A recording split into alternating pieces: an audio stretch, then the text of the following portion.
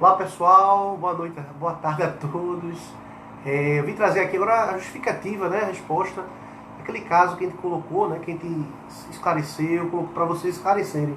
Eu vou contar um pouquinho a história aqui do caso, né, que é importante.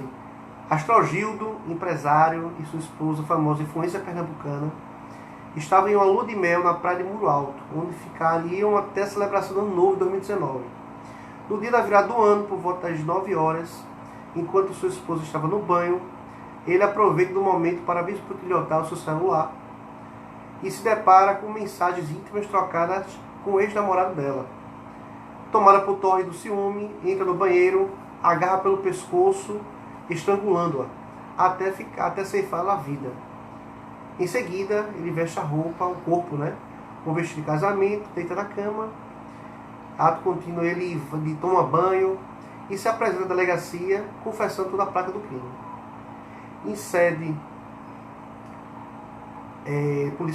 processual, após o processo em si, já no tribunal do júri, ele foi condenado a 28 anos por homicídio duplamente qualificado, determinando o juiz a sua imediata prisão provisória, né, a pena. Então, assim, muita gente veio me questionar sobre essa questão do tribunal do júri. E eu me deparei isso também quando fiz o júri em 2020, quando entraria em vigor o pacote anticrime, né, do juiz Sérgio Moro, que entraria e que mudou o Código de Processo Penal do ponto de vista do artigo 492 do Código de Processo Penal, e que dizia, e que diz, né, que aquele que for condenado no tribunal do júri a uma pena igual ou superior a 15 anos, o juiz poderia decretar a prisão dele e iniciar esse preso, essa pessoa já iniciaria o cumprimento inicial da pena, né, da execução provisória. E a gente indagou qual seria, né, no caso concreto aí que ele comentou, qual seria a ação do advogado nesse momento. Porque a princípio desse caso concreto é bom que se coloque para as pessoas qual a diferença. Execução provisória e execução definitiva. A execução definitiva é quando não há mais possibilidade de recurso, né? E quando há uma condenação transitada e julgada, não se tem mais recurso. No caso aí, embora ele tenha sido condenado, ele poderia recorrer.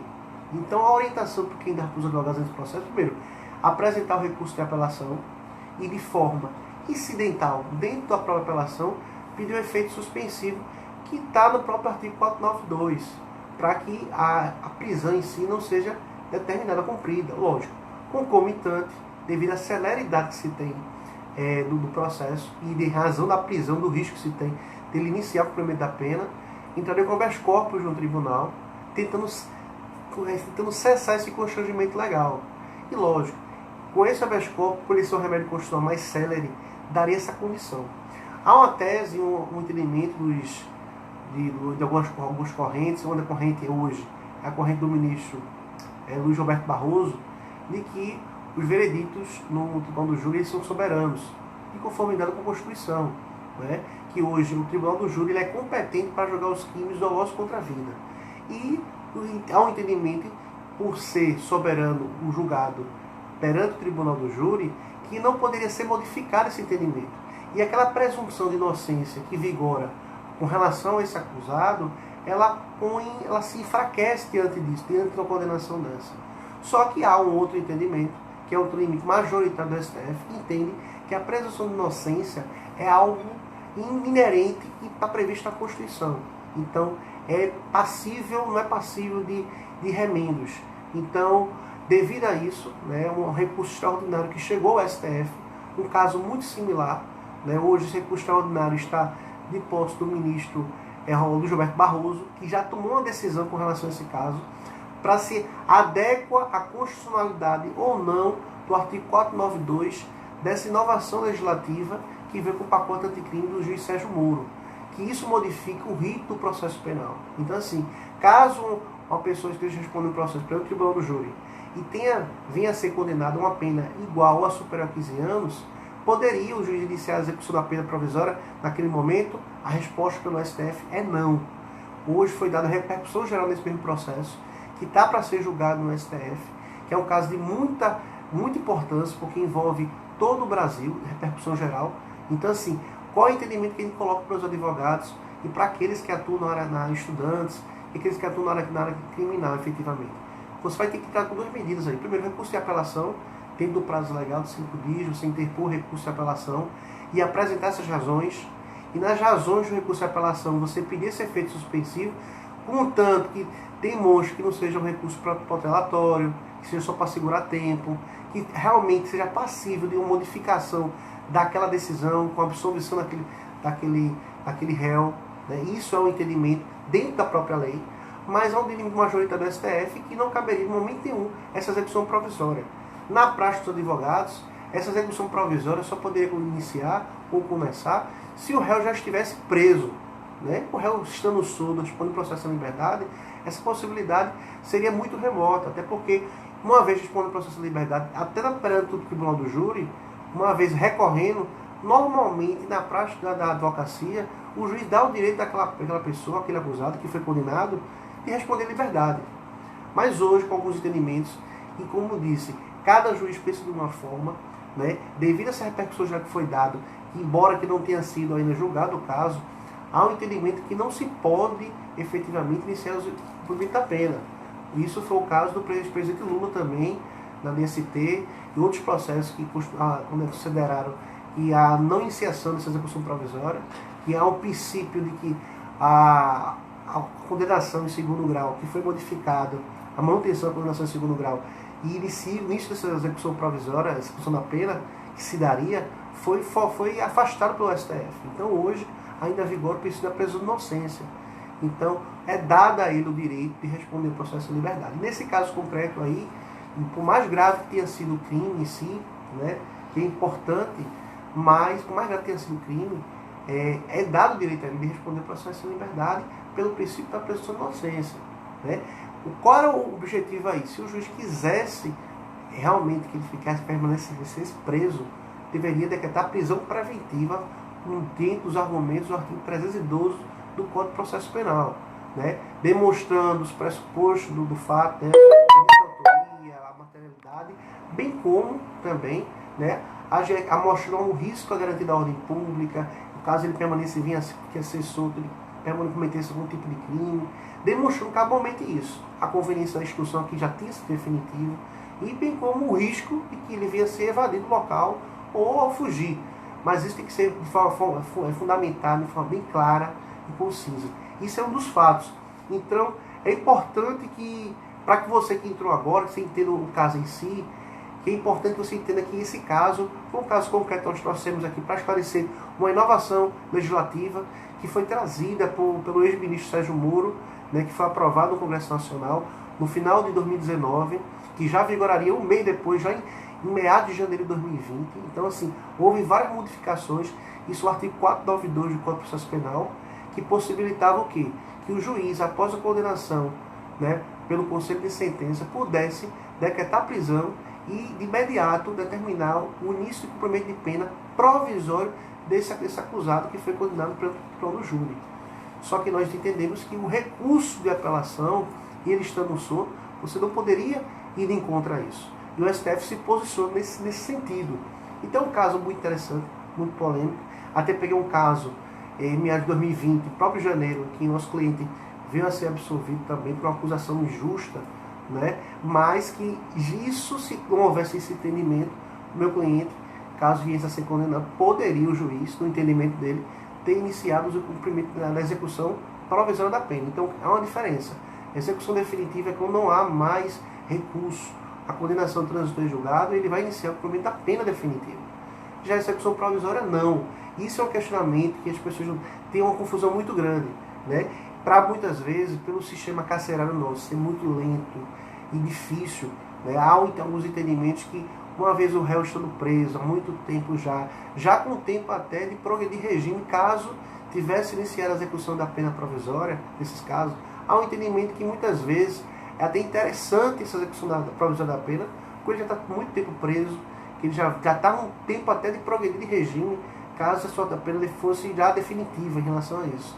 Então há alguns entendimentos em relação a isso, que é questionável, mas o ponto de vista é muito mais favorável também, em alguns casos, para o próprio acusado, que está muito tempo preso, esperando um recurso que demora muito nos tribunais, né, nesse sentido. Mas aquele que está solto, que foi condenado pelo tribunal do júri, né, que está respondendo um processo dessa acusação de homicídio, e que, porventura, tenha sido condenado ele recorrendo, o juiz determinar a imediata cumprimento da pena dele, sem que justifique o porquê disso, só com base no artigo 492, isso é afastado pelo STF e em princípio, essa constitucionalidade desse artigo 492, dessa lei que foi aprovada no Congresso, está sendo questionado no STF em recurso extraordinário do Estado de Santa Catarina, num caso muito semelhante em que o homem foi condenado triplamente de homicídio, um feminicídio, de fato, e essa acusação, os advogados entraram com a habeas corpus para tentar cessar essa ilegalidade, que foi mantido pelo STJ, tá certo? E em decorrência disso, o Ministério Público recorreu para o STF, que reconheceu a repercussão geral, que em caso de julgamento final desse processo, todos os casos semelhantes relativos ao tribunal do júri, que houvesse fato, possivelmente vai ser de forma total. No caso, todos os casos serão julgados da mesma forma. Uma vez sendo julgado na STF, tendo esse entendimento. Ou entendimento que é soberano o Conselho de Sentença nos seus julgados. Se for soberano, uma vez condenado, aquele julgado ali não há como se modificar e já inicia o cumprimento da pena. Não teria efeito que a gente fala, efeito suspensivo dessa decisão. Então, se essa decisão tem efeito suspensivo, o acusado já começaria a cumprir essa pena, o réu. Se tem efeito suspensivo, que a gente viu, só é dado quando da apelação, nesse caso incidental, né, do artigo 492, numa situação dessa, sendo repercussão geral, os julgados são soberanos, como prevê a Constituição.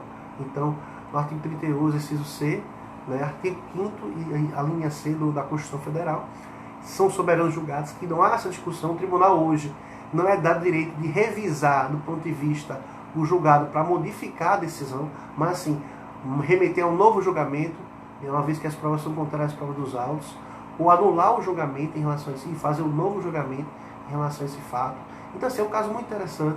Nós teremos que trazer vários casos dessa natureza aqui pelo Instagram, no Facebook, no YouTube.